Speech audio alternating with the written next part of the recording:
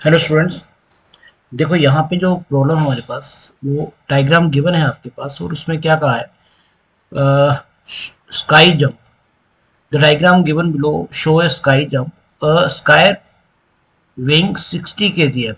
Means उसका जो मास है वो कितना है, यहाँ पे मास 60 kg है। Stand at the top of the sky jump. Means यहाँ पे खड़ा है वो ए पॉइंट पे,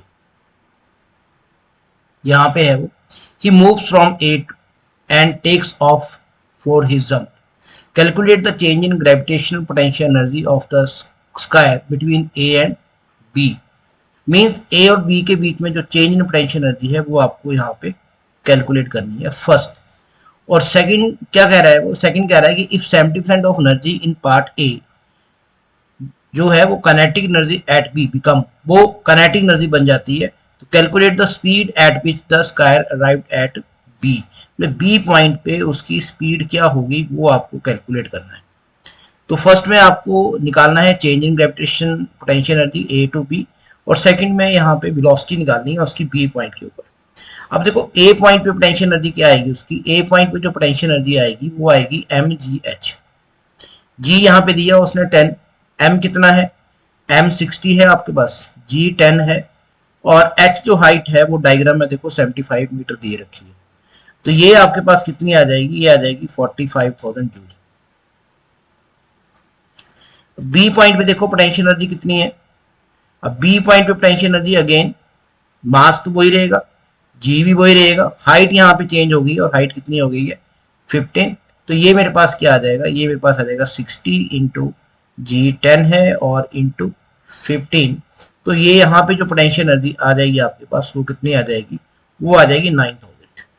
अब उसने पूछा change in gravitational potential energy कि ग्रेविटेशनल पोटेंशियल एनर्जी में कितना चेंज हुआ। तो चेंज इन पोटेंशियल एनर्जी यहाँ पे जो आएगी आपके पास, तो ये जो चेंज हुआ है वो डिक्रीज इन पोटेंशियल एनर्जी हुआ है।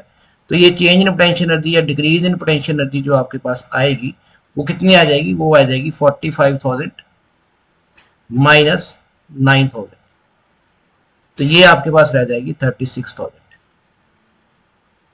तो ये फर्स्ट का आंसर आ गया ए का। बी का आंसर देखें आप, तो बी में उसने क्या पूछा हुआ है, बी में वेलोसिटी डिटरमाइन करनी है कि ये पॉइंट पे वेलोसिटी क्या होगी, बी पॉइंट पे वेलोसिटी क्या होगी वो आपको डिटरमाइन करना है। तो उसके लिए दे क्या रखा है कि जो आपके पास 75% ऑफ एनर्जी है इन part A become kinetic energy. अब यहाँ पे जो डिक्रीज इन पोटेंशियल एनर्जी है वो डिक्रीज इन पोटेंशियल एनर्जी किस में कन्वर्ट हो जाएगी, वो कन्वर्ट हो जाएगी काइनेटिक एनर्जी में। लेकिन कितनी परसेंट कन्वर्ट हो रही है, 75%। 75% of energy in part A become the kinetic energy at B. तो इट मीन्स जो काइनेटिक एनर्जी यहाँ पे होगी हाफ एम बी स्क्र, वो आपके पास क्या होगी, वो आपके पास होगी 75% किसका, डिक्रीज इन काइनेटिक एनर्जी का, और decrease in sorry decrease in potential energy का, डिक्रीज इन पोटेंशियल एनर्जी। तो अब यहां से देखो हाफ एम वी स्क्र, तो डिक्रीज इन पोटेंशियल एनर्जी यहाँ पे देख लो कितना होगा डिक्रीज इन पोटेंशियल एनर्जी।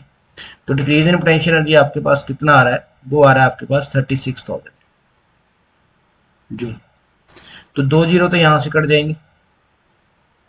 अब यहाँ पे अगर मैं मास की वैल्यू पुट करूं यहाँ पे, तो मास कितना आ जाएगा 60 into v square is equal to 75 into 360।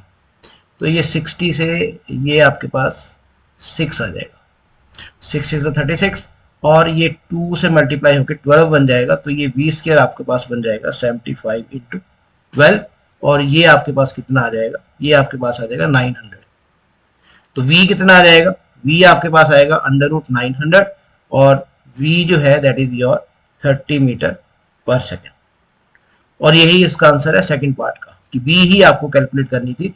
तो जो आपके पास काइनेटिक एनर्जी होगी वो 75% डिक्रीज इन पोटेंशियल एनर्जी यहाँ पे होगी। तो टोटल एनर्जी जो रहेगी यहाँ पे मैकेनिकल एनर्जी वो क्या रहेगी, कांस्टेंट। Thank you students.